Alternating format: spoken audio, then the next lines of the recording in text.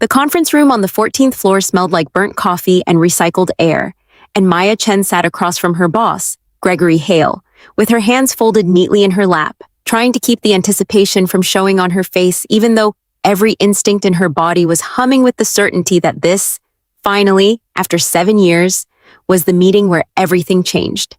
Gregory shuffled a few papers on the table between them, cleared his throat, and offered the kind of smile that people give right before they hand you bad news wrapped in soft, meaningless language. "Maya," he said, "you've done phenomenal work this year. Genuinely. The Hendricks account, the process overhaul in Q2, the way you've mentored the new analysts, all of it has not gone unnoticed." "Thank you," Maya said, feeling the first faint prickle of unease at the base of her spine, the particular instinct that recognizes the shape of a compliment being used as a cushion for a blow. "But," Gregory continued, and there it was, the word she'd been dreading, without quite letting herself admit she was dreading it. "The leadership team and I talked it through extensively, and we've decided that you're just not quite ready for the director role yet. You're doing great work, don't get me wrong, but leadership, real leadership, that's a different skill set than execution. We think you need more seasoning before you're ready to lead a team of this size." The words landed with a strange, muffled quality, as though Maya were hearing them through water. 7 years of 80-hour weeks and skipped vacations and mentoring a rotating cast of junior analysts, compressing themselves into a single sentence that dismissed all of it with the casual ease of a man discarding a piece of junk mail. She thought of the Hendricks account she'd personally saved from collapse 18 months ago, working 3 consecutive weekends to rebuild a client relationship that had been on the verge of walking away entirely because of someone else's mistake. She thought of the process overhaul that had saved the department an estimated $400,000 annually, a project she'd designed and implemented almost entirely on her own initiative, staying late for 6 straight weeks to get it right. She thought of the 11 junior analysts she'd personally trained and mentored over the years, several of whom had gone on to their own promotions while she remained patiently, dutifully, exactly where she'd started. "Can I ask what specifically you feel I'm missing?" Maya asked, keeping her voice level despite the heat rising in her chest. "I'd genuinely like to understand what skills you think I need to develop." Gregory shifted in his seat, visibly uncomfortable with the direct question, the kind of discomfort that told Maya everything she needed to know before he even opened his mouth to answer. "It's more of a gut feeling, honestly. Leadership presence, gravitas. The board responds to certain qualities, and we felt Derek's profile just fit the room a little better for this particular moment." Derek. Maya felt something cold settle into her stomach at the mention of the name. Derek Whitfield had joined the company 18 months ago, fresh from an MBA program, charming in the specific, effortless way that certain people are charming to other people who look and sound like them. A golf partner of the regional VP, a man who had, as far as Maya could tell, never once stayed past 6 in the evening or handled a single crisis client call in his entire tenure. Derek, who had asked Maya on more than one occasion to walk him through basic elements of the department's core processes that she had personally designed. "So, Derek is getting the director position," Maya said, not quite a question, already understanding the answer with a sinking, humiliating clarity. "The decision's been made," Gregory said, not quite meeting her eyes now. "But I want you to know, Maya, this isn't a reflection of your value to this team. We see you as an essential contributor. We just don't think you're quite ready for this particular step. Maybe next cycle." Maya sat very still for a long moment, feeling 7 years of accumulated exhaustion and quiet, patient hope curdle into something clear and cold and absolutely certain. She had spent nearly a decade of her professional life believing that if she simply worked hard enough, sacrificed enough, proved herself thoroughly enough, the recognition would eventually, inevitably, arrive. She understood now, sitting in the sterile conference room with its burnt coffee smell, and its floor-to-ceiling windows overlooking a city she'd given the best years of her 20s and early 30s to, that the recognition had never actually been coming, that she had been running a race whose finish line kept quietly relocating itself every single time she got close enough to reach it. She reached into her bag, retrieved a folded piece of paper she had, with a strange kind of premonition she couldn't fully explain even to herself, printed and signed the night before, and slid it across the table toward Gregory. "What's this?" he asked, unfolding it with obvious confusion. My resignation letter, Maya said, her voice steady, almost gentle. The calm of someone who had just set down a weight she'd been carrying for so long, she'd forgotten what it felt like to walk without it. Effective in 2 weeks per my contract. I appreciate the opportunities I've had here, Gregory. I really do, but I think it's time I found somewhere that recognizes readiness a little more clearly than gut feelings about who fits the room. Gregory's face went through several rapid transformations. Surprise, then confusion, then something that looked almost like panic as the practical implications of Maya's departure began registering behind his eyes. Maya, wait, let's talk about this. I'm sure we can figure out some kind of interim arrangement, maybe a senior manager title with expanded. I've made my decision, Maya said, standing and smoothing down her blazer with a composure that surprised even her. It's been a genuine pleasure working with the team here. I'll make sure the transition is as smooth as possible over the next 2 weeks. She walked out of that conference room with her head high and her hands steady, and it wasn't until she reached the elevator, the doors sliding closed behind her, that she allowed herself to lean against the cool metal wall and exhale a breath she felt like she'd been holding for 7 years straight. To understand the full weight of that moment, you would need to understand exactly what those 7 years had cost Maya Chen, and exactly how thoroughly she had earned the recognition that had, in that sterile conference room, been so casually denied her. Maya had joined Hartwell Consulting Group straight out of graduate school, a bright-eyed 24-year-old with a freshly minted business degree and a hunger to prove herself that bordered, in retrospect, on something close to desperation. She had grown up the daughter of immigrant parents who had sacrificed considerably to fund her education, and she carried, from her very first day in the office, a fierce, almost inherited determination to make every single hour of work count, to never give her employers a single reason to question her value. That determination expressed itself, over the following years, in a pattern of dedication that quietly became legendary within the department, even as it went, year after year, curiously unrewarded with the advancement it should have earned. Maya was the first person in the office most mornings and frequently the last to leave in the evenings, not out of some hollow performance of busyness, but because she genuinely could not stand to leave a problem unsolved, a client's needs unmet, a junior colleague's question unanswered.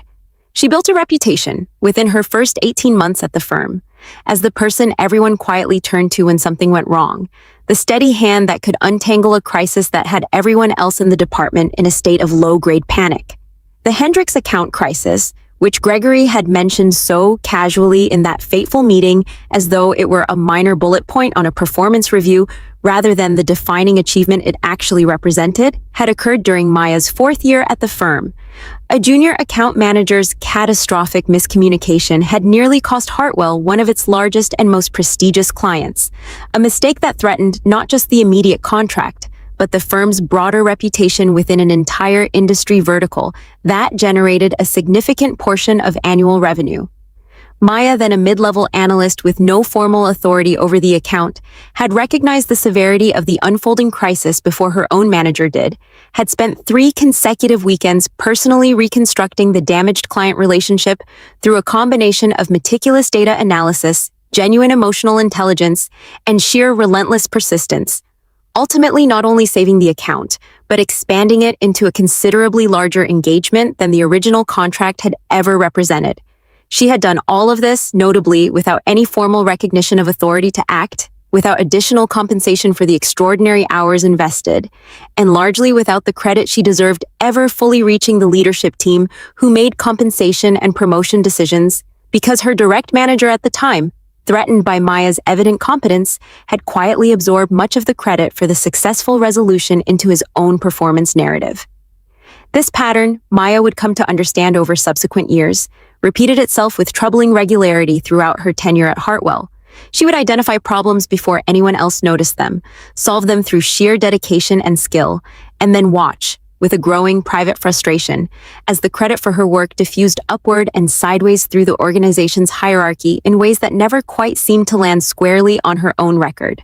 The process overhaul she'd implemented in her 6th year, the one that had saved the department an estimated $400,000 annually through streamlined client onboarding procedures and automated reporting systems. She'd taught herself to build, using tools well outside her formal job description, had been presented to senior leadership in a quarterly review by her department head, who mentioned Maya's contribution only in passing, as though she'd been a minor collaborator on his own visionary initiative, rather than the sole architect of an idea he'd initially dismissed as unnecessary when she'd first proposed it. And then there was the mentorship, the quiet, unglamorous work of taking each new cohort of junior analysts under her wing, teaching them not just the technical skills the job required, but the deeper professional judgment that no training manual could fully capture, the art of reading a client's unspoken concerns, of managing a crisis without letting panic show, of building the kind of trust that turns a transactional business relationship into a genuine long-term partnership. 11 analysts, over the years, had passed through Maya's informal mentorship, and the overwhelming majority of them had gone on to earn their own promotions within 2 to 3 years of joining the firm, several of them eventually advancing past positions that Maya herself, despite her seniority and evident competence, remained curiously unable to reach. She had watched this pattern unfold with a complicated mixture of genuine pride in her mentee's success and a slowly accumulating, difficult-to-name unease about what it revealed regarding her own trajectory within the organization. Each time a promotion cycle came around and Maya's own advancement was deferred, again with some vague explanation about timing or organizational needs or the particular composition of the current leadership team, she told herself the same reassuring story, that her turn was coming, that patience and continued excellence would eventually be rewarded, that the meritocracy she'd been raised to believe in would, sooner or later, recognize what should have been undeniably obvious to anyone paying genuine attention to her contributions. It was only in retrospect, sitting in that final humiliating conference room meeting with Gregory Hale, that Maya understood how thoroughly she had been telling herself a story that the organization itself had never actually been committed to fulfilling. The specific dynamics that led to Derek Whitfield's promotion over Maya's own candidacy, dynamics that would only become fully clear to Maya months after her departure, involved a complicated web of internal politics that had far less to do with any objective assessment of leadership potential than the sanitized language of gut feeling and fit for the room had suggested. Derek's father, it turned out, had a long-standing golf club relationship with one of Hartwell's board members, a connection that had smoothed his entry into the firm in the first place and continued, subtly but persistently, to shape perceptions of his potential throughout his brief 18-month tenure. His easy charm and confident presentation style, the very qualities Gregory had vaguely referenced as leadership presence and gravitas, reflected less any demonstrated competence than a particular social fluency that certain executives, themselves products of similar backgrounds and educational pedigrees, instinctively recognized and rewarded as evidence of promise. There was, too, a more cynical calculation at play that Maya would only fully understand much later, through a candid conversation with a departing HR director who had grown disillusioned with the firm's internal culture. Several senior leaders, it emerged, had grown quietly concerned about the operational risk of promoting Maya into a formal leadership role, not because they doubted her competence, but precisely because they had come to depend so completely on her willingness to absorb an almost unlimited volume of unglamorous, high-stakes work without complaint or formal recognition. Promoting her, several executives had privately worried during closed-door discussions Maya was never meant to know about, might mean losing the extraordinary informal labor she had for years provided the department essentially for free, disguised beneath the formal title of a mid-level analyst position that dramatically understated her actual contribution and value. In other words, Maya's very excellence, the qualities that should have made her an obvious candidate for advancement, had instead become, through a perverse but entirely predictable calculation of institutional self-interest, precisely the reason certain decision-makers preferred to keep her exactly where she was. Maya's co-workers, for their part, reacted to news of her resignation with a shock that bordered on genuine disbelief. Within hours of her meeting with Gregory, word had spread through the department's informal communication channels with the particular velocity that significant office news always seems to achieve. And Maya spent much of her final 2 weeks fielding a steady stream of colleagues stopping by her desk, expressing a mixture of genuine sadness at her departure and an unmistakable undertone of validation. as though her decision to leave had finally given voice to a frustration many of them had quietly shared but never dared to act on themselves. "I honestly thought you were going to be running this place someday," her close colleague Priya Anand told her during a farewell lunch in her final week, shaking her head with visible disbelief. "Everyone assumed it was just a matter of time. I don't understand how they could look at everything you've done and decide Derek was the better fit." "I think that's exactly the problem," Maya said quietly, stirring her coffee with a reflective calm that had, over the preceding 2 weeks, gradually replaced the initial hurt and anger of that conference room meeting. "They never really looked at what I'd done. They looked at how comfortable I made them feel by never asking for what I was owed." Her direct manager, Gregory, made several increasingly transparent attempts during those final weeks to convince Maya to reconsider her decision, floating vague promises of expanded responsibilities and a revised compensation package that never quite materialized into a formal written offer, a pattern that only reinforced for Maya the wisdom of her decision to leave rather than continue extracting promises from an organization that had demonstrated repeatedly its unwillingness to formalize genuine commitments to her advancement. "Are you sure about this?" Gregory asked her during one particularly uncomfortable exchange in his office, 3 days before her final day. "You've built such a strong foundation here. Starting over somewhere new, that's a real risk, Maya." "I've spent 7 years building someone else's foundation," Maya replied, her voice carrying none of the anger she might have expressed in an earlier conversation, but simply a clear, settled certainty. "I think it's time I started building my own."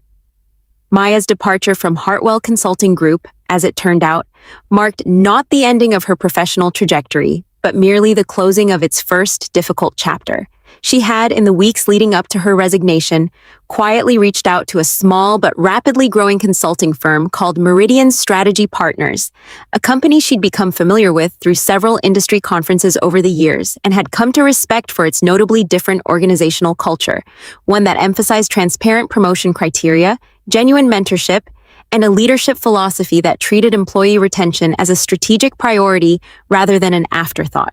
Her interview process with Meridian moved with a speed and directness that stood in stark contrast to the years of deferred recognition she'd experienced at Hartwell.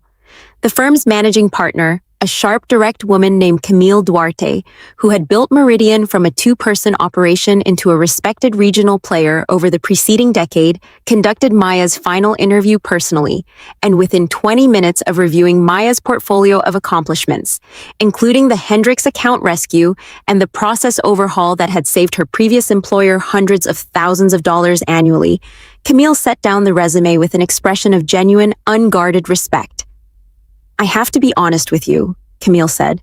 "I'm looking at 7 years of work here that should have earned you a director title at least 2 years ago, probably longer. I don't know exactly what happened at your previous firm, and honestly, it's not really my business to speculate.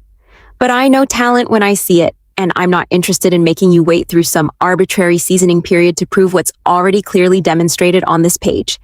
If you're willing to join us, I want to bring you in as a senior director, effective immediately, with full authority over a growing division and a compensation package that reflects the actual value you bring, not some diminished version of it." Maya accepted the offer within days, and the transition from Hartwell to Meridian marked, in ways that surprised even Maya herself, a genuine, immediate transformation in how her professional contributions were recognized and valued. Where Hartwell had absorbed her extraordinary efforts into a culture of quiet, unrewarded expectation, Meridian's leadership structure was built around a philosophy Camille had developed specifically in response to her own early career frustrations within larger, more politically calcified organizations. Transparent, merit-based advancement criteria that were documented, communicated clearly to every employee, and applied consistently regardless of personal connections or social fluency. Within her first 3 months at Meridian, Maya was given full leadership of a division serving a portfolio of mid-market clients, a role that finally matched the scope of responsibility her actual capabilities had long warranted. She built her team methodically, drawing on the same instincts for talent development that had made her such an effective mentor during her years at Hartwell, though now with the formal authority and organizational support to translate that mentorship into structured, sustainable career pathways for the people she brought onto her team. The transition was not without its own genuine challenges, Building a new professional reputation from scratch within an unfamiliar organization required a different kind of effort than simply continuing to excel within a system she'd already mastered. And Maya spent considerable energy during those early months proving herself once again to new colleagues and clients who had no prior context for the years of expertise she brought to the role. But this challenge felt, to Maya, fundamentally different from the years of frustrated stagnation she'd experienced at Hartwell, precisely because it came paired, for the first time in her career, with genuine institutional investment in her success, rather than a quiet, calculated interest in extracting maximum value from her labor while deferring any formal recognition indefinitely. Meanwhile, back at Hartwell Consulting Group, the operational consequences of Maya's departure began revealing themselves with a speed and severity that surprised even her former colleagues, several of whom reached out periodically over the following months to share updates that carried an unmistakable undertone of vindication. Derek Whitfield, now formally installed in the director role that had been denied to Maya, struggled visibly and immediately with the actual demands of the position, demands that, it turned out, required considerably more substantive competence than the charm and social fluency that had originally recommended him for the role. Without Maya's steady, largely invisible labor holding together the department's most complex client relationships and internal processes, cracks that had long been quietly patched by her extraordinary effort began appearing across multiple fronts simultaneously. The Hendricks account, the same client relationship Maya had personally rescued years earlier through 3 consecutive weekends of dedicated crisis management, began showing signs of serious strain within just 4 months of her departure, as Derek, lacking both the technical knowledge and the relationship management instincts Maya had developed over years of direct engagement, failed to catch early warning signs of client dissatisfaction that Maya would have identified and addressed almost automatically. By the 6-month mark, Hendricks had formally begun soliciting proposals from competing consulting firms, a development that sent visible ripples of alarm through Hartwell's senior leadership. The process improvements Maya had implemented during her 6th year at the firm, systems that had required considerable ongoing technical maintenance and refinement to continue functioning effectively, began degrading without her attentive oversight. As Derek, unfamiliar with the underlying technical architecture Maya had built largely on her own initiative, proved unable to troubleshoot the inevitable glitches and inefficiencies that emerged over subsequent months. The department's operational costs, which had decreased substantially under Maya's careful stewardship, began creeping back upward, a trend that senior leadership initially struggled to fully explain until several junior analysts, in exit interviews of their own, as they too began departing for opportunities elsewhere, pointed directly to the gap Maya's departure had left in the department's technical infrastructure. Perhaps most tellingly, the informal mentorship network Maya had cultivated over years of patient, unglamorous investment in junior colleagues' development simply ceased to exist in any meaningful form following her departure. Derek focused primarily on managing upward relationships with senior leadership and clients rather than the day-to-day development of his team, showed little interest in the kind of sustained, personal investment that had defined Maya's approach to junior talent, and within a year of her departure, 3 of the department's most promising young analysts, the very people Maya had once trained and championed, had themselves resigned, citing a lack of meaningful mentorship and unclear advancement pathways eerily similar to the frustrations that had originally driven Maya away. Priya Anand, who remained at Hartwell for nearly 2 years following Maya's departure before eventually joining her at Meridian, kept Maya periodically updated on these developments through their ongoing friendship, conversations that Maya absorbed with a complicated mixture of genuine sympathy for her former colleagues, struggling under increasingly poor leadership and a quiet, private recognition of exactly how much invisible labor she had once provided an organization that had never been willing to formally acknowledge its true value. "It's like watching a building slowly lose its foundation," Priya told her during one particularly candid phone call nearly a year after Maya's departure. "Nobody realized how much weight you were quietly carrying until you weren't there to carry it anymore. Derek's actually a decent enough person. I don't think he set out to fail. He just never had the skills or the work ethic the role actually required, and leadership had spent so many years assuming those skills would simply be there because you'd always been there providing them, that nobody had a real plan for what happened once you left." Maya's own trajectory at Meridian, meanwhile, continued its steady, accelerating ascent throughout this same period, the contrast between her former employer's struggles and her own flourishing career becoming, over time, an increasingly stark illustration of the themes that would eventually define her professional reputation within the broader industry. She led her division through a series of increasingly ambitious client engagements, developing a particular specialty in operational transformation projects that drew directly on the technical and relationship management skills she'd honed, largely without formal recognition, during her years at Hartwell. Within 18 months of joining Meridian, Maya's division had grown from a modest team of 4 to a robust group of 14 professionals, several of whom she recruited directly from her former network of Hartwell colleagues, who had grown similarly disillusioned with that organization's culture of unrewarded excellence. She implemented, from the very beginning of her leadership tenure, a formal mentorship structure that codified the informal practices she'd developed over years at her previous firm.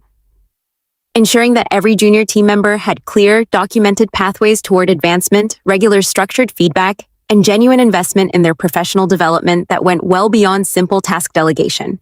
This leadership philosophy, combined with the substantive results her division consistently delivered for clients, began earning Maya genuine recognition within the broader consulting industry, first through a feature profile in a respected trade publication highlighting innovative approaches to talent retention within professional services firms, then through an invitation to speak at a regional industry conference on the topic of building high-performing teams through transparent leadership practices. Her division's client satisfaction scores and project outcomes consistently ranked among the strongest across Meridian's entire portfolio.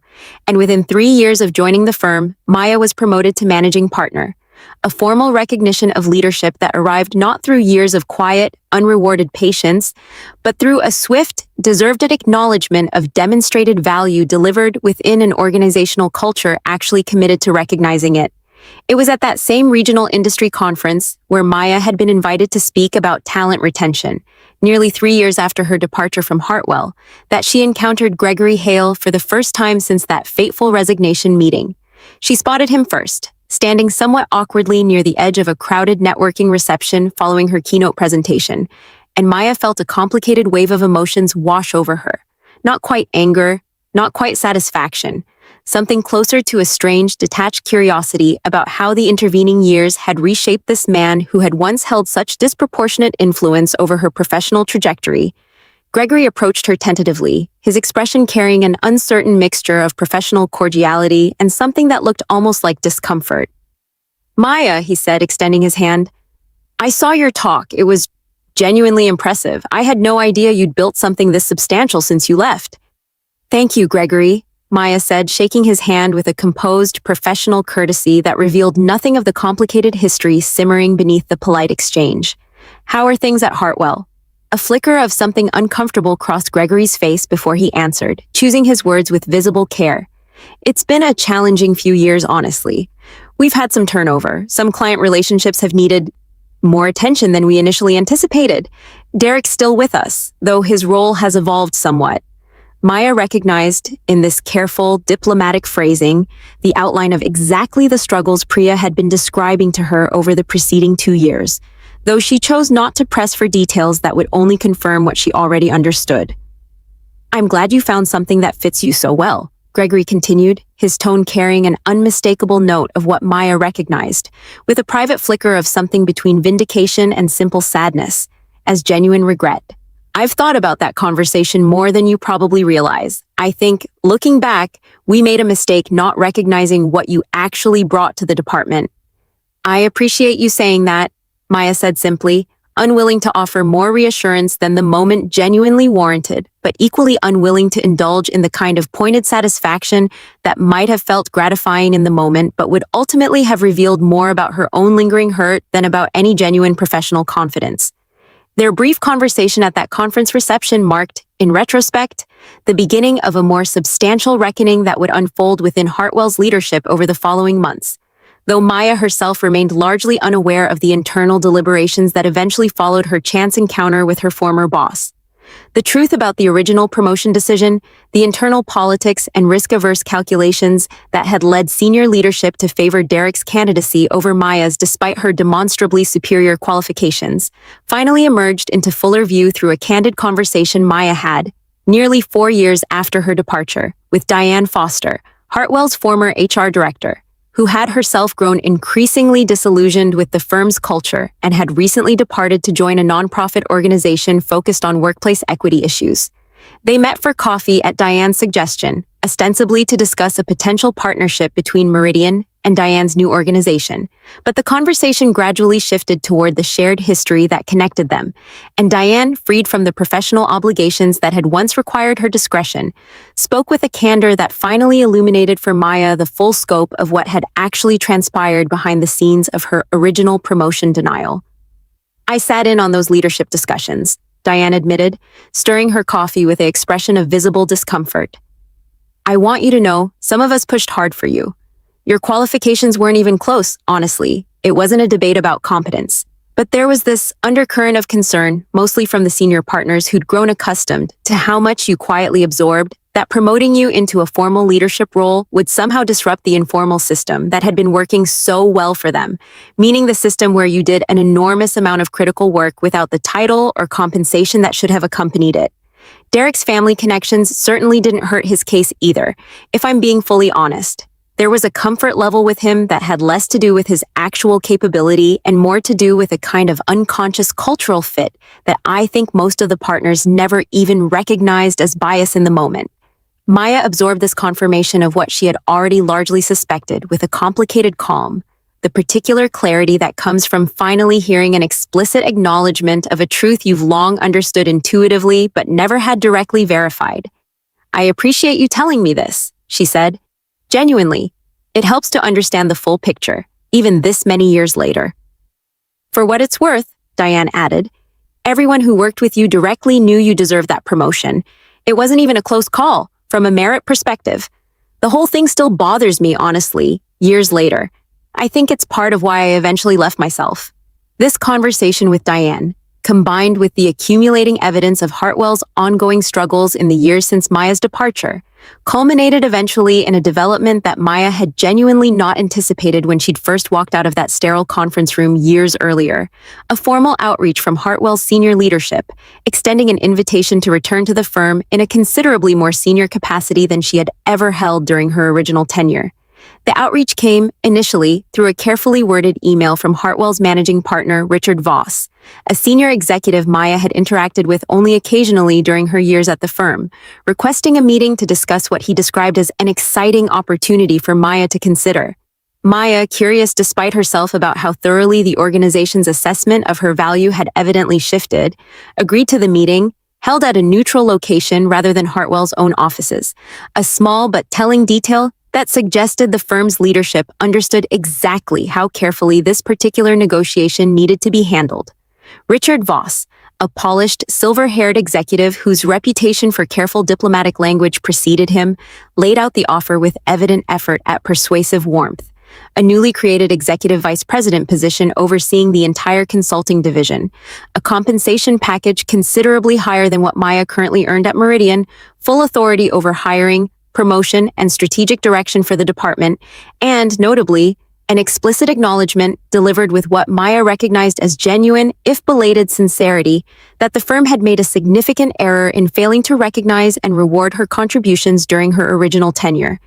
"We understand this is a considerable ask, given everything," Richard said, his tone carrying a careful blend of corporate polish and what seemed like authentic humility.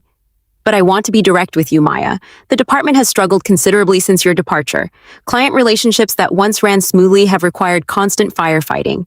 Talent retention has become a genuine crisis, with 3 senior analysts departing just this past year alone.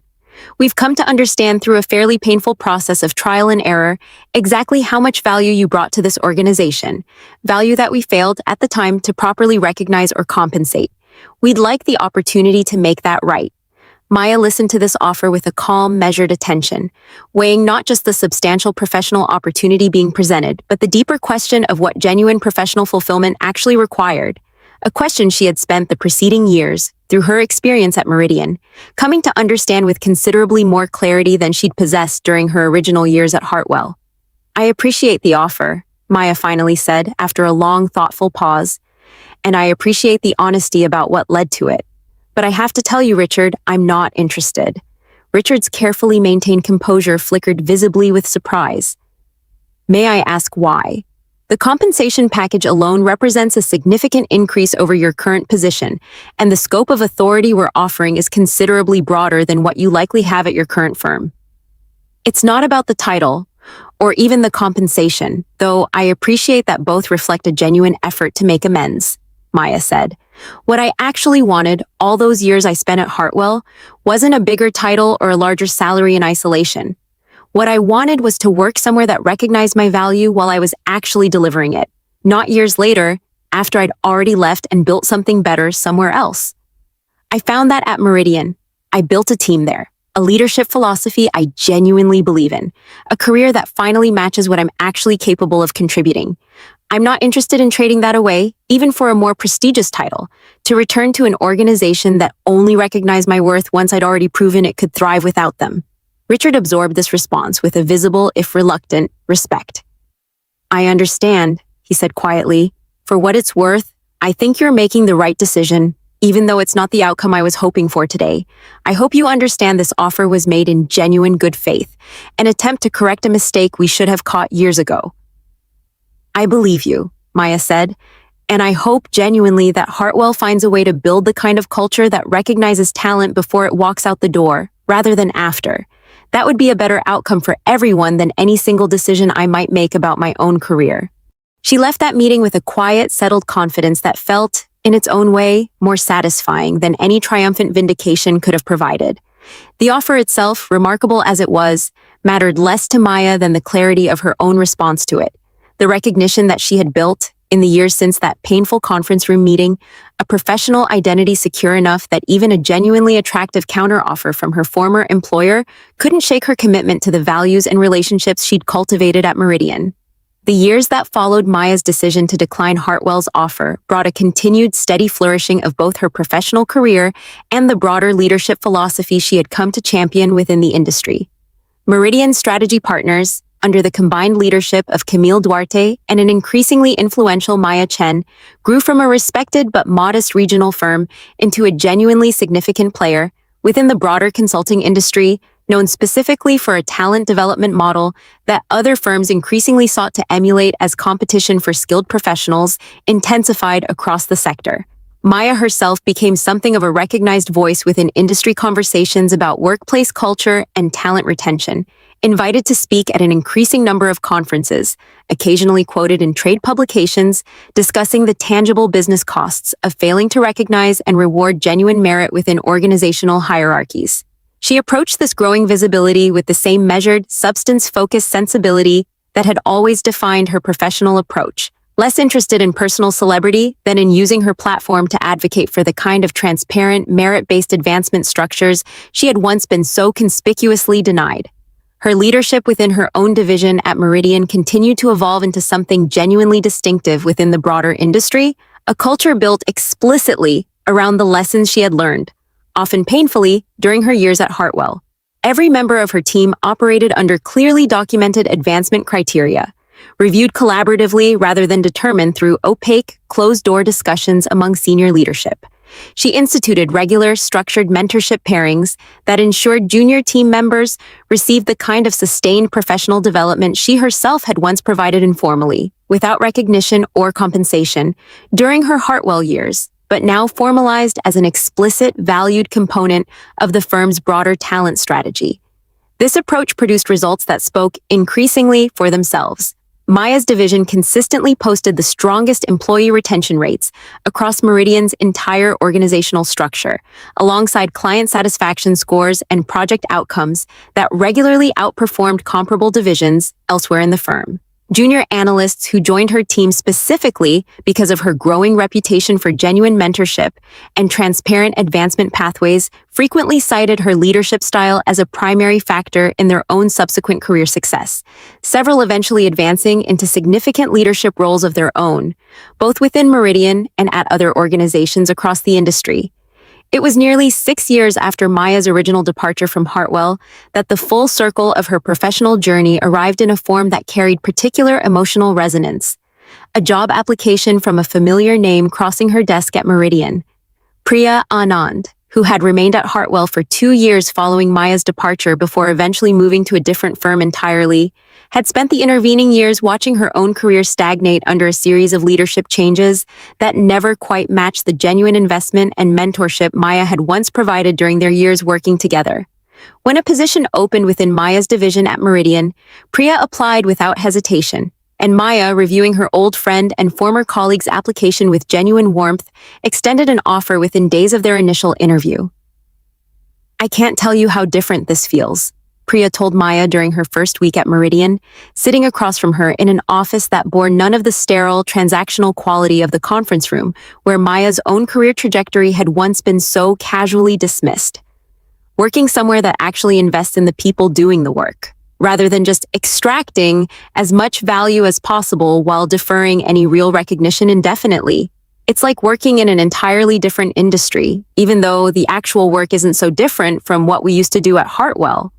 "That's exactly the point," Maya told her, smiling with the particular satisfaction of watching a philosophy she'd developed through genuine hardship translate into tangible, positive impact for someone she genuinely cared about. The work was never the problem. It was always about whether the people doing the work were actually seen, valued, and given real pathways to grow. "I spent 7 years proving that lesson the hard way. I'd rather spend the rest of my career making sure other people don't have to learn it quite so painfully." Years later, standing in her own corner office at Meridian's headquarters, now serving as the firm's co-managing partner alongside Camille Duarte, overseeing a division that had grown into one of the most respected talent development models within the entire consulting industry, Maya found herself reflecting, during a quiet moment before a scheduled meeting, on the full arc of the journey that had brought her to this particular office. This particular view over a city skyline that looked remarkably similar to the one she'd once gazed out at from Hartwell's 14th floor conference room, though everything about how she now understood her own worth within that skyline had been fundamentally, permanently transformed. She thought of the young, hungry 24-year-old who had first walked into Hartwell's offices all those years ago, so eager to prove herself that she had, for 7 long years, allowed an organization's careless indifference to her genuine contributions to masquerade as a fair and reasonable assessment of her readiness for advancement.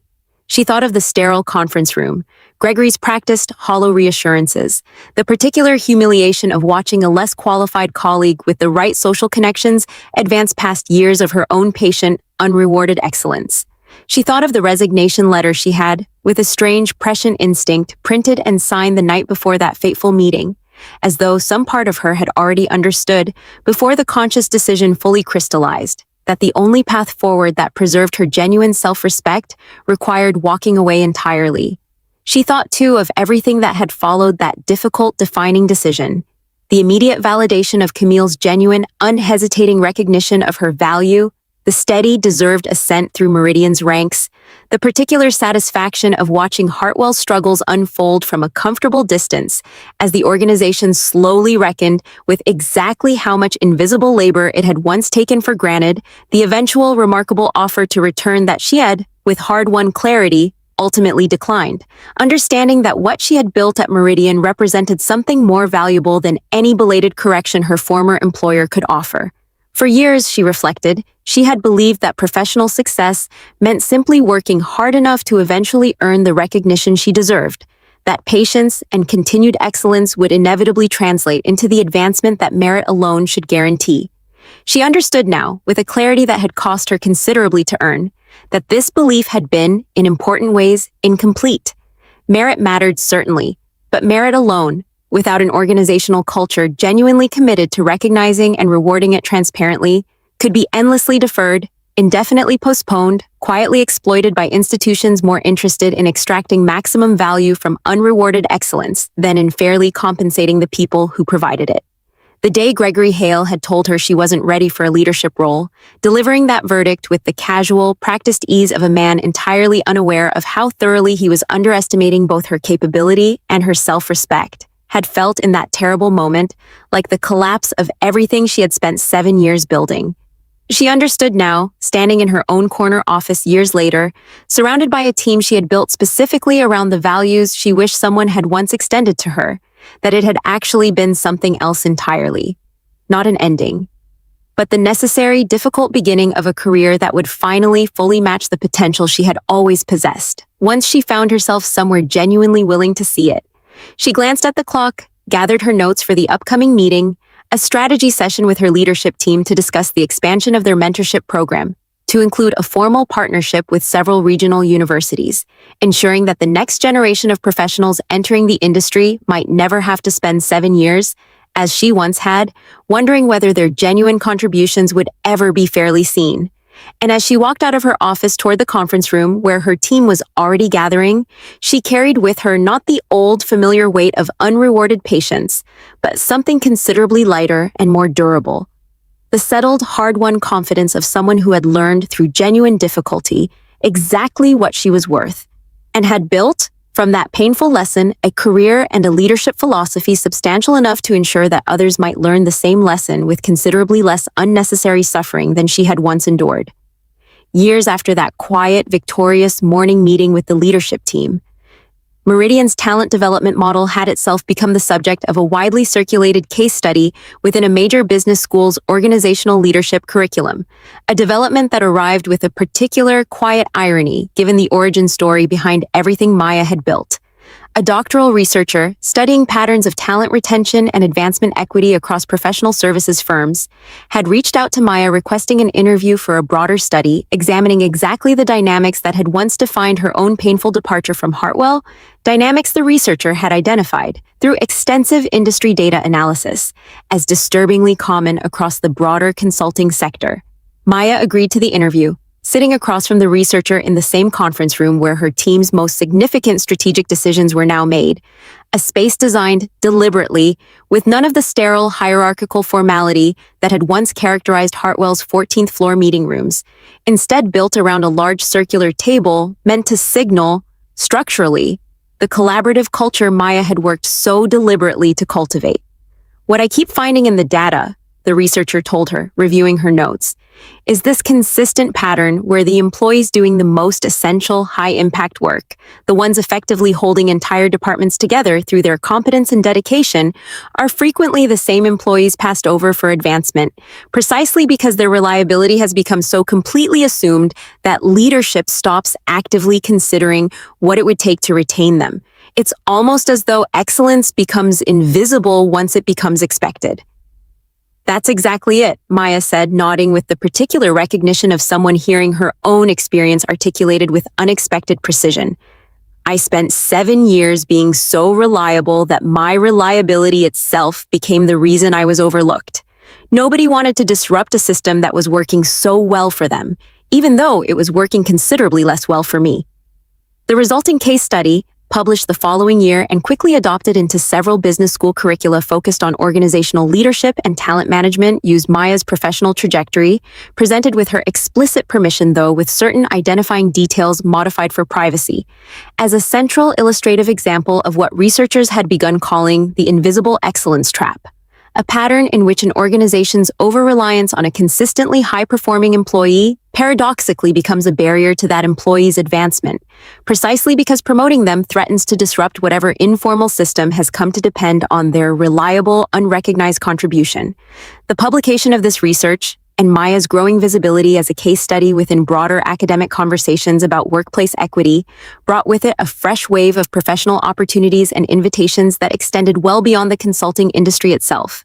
She was invited to serve as a guest lecturer at several business schools, sharing her own professional journey alongside the broader research on talent retention that her experience had helped illuminate. And she approached these opportunities with the same grounded, substance-focused sensibility that had always defined her professional character, less interested in becoming a motivational speaker, trading in simplified, inspirational narratives, than in helping the next generation of business leaders genuinely understand the structural dynamics that had once nearly derailed her own career. During one particularly memorable guest lecture at a prominent business school, a student raised her hand during the question period and asked, with the direct earnestness particular to ambitious young professionals just beginning their own careers, "How did you know it was the right moment to walk away? How do you tell the difference between giving up too early and finally recognizing you've given something long enough?" Maya considered the question carefully before answering, recognizing in it the same anxious uncertainty she herself had carried for years before that fateful conference room meeting finally crystallized her own decision. "I don't think there's a universal formula," she said, "but I can tell you what I eventually learned to pay attention to. Ask yourself honestly whether the recognition you're waiting for has an actual concrete pathway toward arriving documented, communicated clearly, something you can point to and say, if I do these specific things, this is what will follow. If what you're actually being offered is just a vague promise that patients will eventually be rewarded, with no real specificity about what that reward will look like or when it will arrive, that's usually a signal worth taking seriously. I spent 7 years being told, essentially, to just keep being excellent and trust that recognition would eventually follow. It never did, not because I wasn't excellent enough, but because the organization itself had no genuine structural commitment to ever delivering on that vague promise. The moment I finally understood that distinction was the moment I understood it was time to walk away. This particular framework, the distinction between genuine, structured pathways toward advancement and vague, endlessly deferred promises of eventual reward, became something of a recurring theme throughout Maya's subsequent public speaking and mentorship work, a lesson she worked deliberately to embed not just in her own leadership practices at Meridian, but in the broader conversations she increasingly found herself contributing to within the consulting industry and beyond. Her relationship with her own team at Meridian continued to deepen and evolve over these years as well. The mentorship structures she had originally implemented growing into something considerably more sophisticated and impactful than the informal system she'd once developed, unrecognized and uncompensated, during her years at Hartwell. She established a formal sponsorship program, distinct from traditional mentorship, in which senior leaders within her division took explicit responsibility for actively advocating for specific junior team members during promotion discussions, a structural safeguard designed precisely to prevent the kind of quiet, unrecognized excellence that had once defined her own experience from ever again going unrewarded within an organization she now had the authority to shape. Priya Anand, having settled into her own thriving role within Maya's division several years after joining Meridian, eventually became one of the program's most enthusiastic advocates herself, having personally witnessed both the painful costs of Hartwell's absence of such structures and the tangible transformative benefits of working within an organization genuinely committed to ensuring talent didn't simply disappear into unrewarded obscurity. I think about where I'd probably be if I'd stayed at Hartwell. Priya reflected during a team retrospective meeting several years into her tenure at Meridian, addressing a group of newer team members who hadn't experienced the earlier chapters of the story firsthand, probably still waiting for some promotion that was always just one more good quarter away. Here, I actually know what I need to do to advance. And more importantly, I know there are people actively invested in helping me get there, not just tolerating my presence while I wait indefinitely for someone to finally notice what I'm contributing.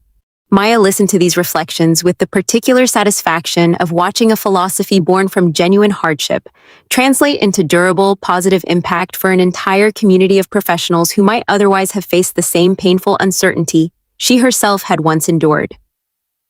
The specific pain of that fateful conference room meeting, Gregory's casual, dismissive verdict about her readiness, had long since faded into something closer to a formative memory than an open wound, transformed through years of deliberate effort into the foundational lesson underlying an entire professional philosophy and organizational culture that now extended its positive influence well beyond her own individual career. Standing once more at the window of her corner office, years after that first defining conference room meeting had set her entire professional trajectory in motion, Maya found herself thinking not primarily of vindication or triumph, though both had certainly, eventually, arrived in their own measured forms, but of something quieter and more durable, the particular satisfaction of having transformed a painful, unjust setback into a career and a leadership philosophy that had, in turn, changed the professional trajectories of dozens of other people who might otherwise have faced the same quiet, unrecognized excellence she had once endured for 7 long, difficult years. The day they told her she wasn't ready hadn't been the end of her career, exactly as she had come to understand and articulate countless times in the years since, in conference rooms and lecture halls and quiet conversations with junior colleagues navigating their own uncertain professional trajectories. It had been instead the necessary, painful beginning of a career finally built to match her actual potential, constructed not through anyone else's belated recognition, but through her own clear-eyed decision to stop waiting for permission that was never genuinely going to arrive and to build, instead, from the ground up, exactly the kind of professional life and leadership legacy she had always deserved. On the anniversary of her original resignation each year, a small private ritual she had never told anyone about, not even Camille or Priya, Maya made a point of reviewing her division's promotion records, checking, methodically, that every documented advancement criterion had actually been applied consistently, that no quiet exception had crept in for someone with the right connections or the right easy charm, that the culture she had built remained genuinely accountable to the standards she had once been so unjustly denied. It was a small, unglamorous act of stewardship, the kind of task that would never appear in any magazine profile or conference keynote, but it mattered to her more than almost anything else her title now afforded her, because she understood, better than almost anyone in her professional orbit, exactly how easily a good system could quietly decay back into the comfortable, unspoken favoritism that had once cost her 7 years of her working life. She thought, each year during this quiet review, of the specific singular clarity of that afternoon years earlier, when she had sat across from Gregory Hale and understood, with sudden and total certainty, that continuing to wait for an organization to finally see her value was no longer a choice compatible with her own self-respect.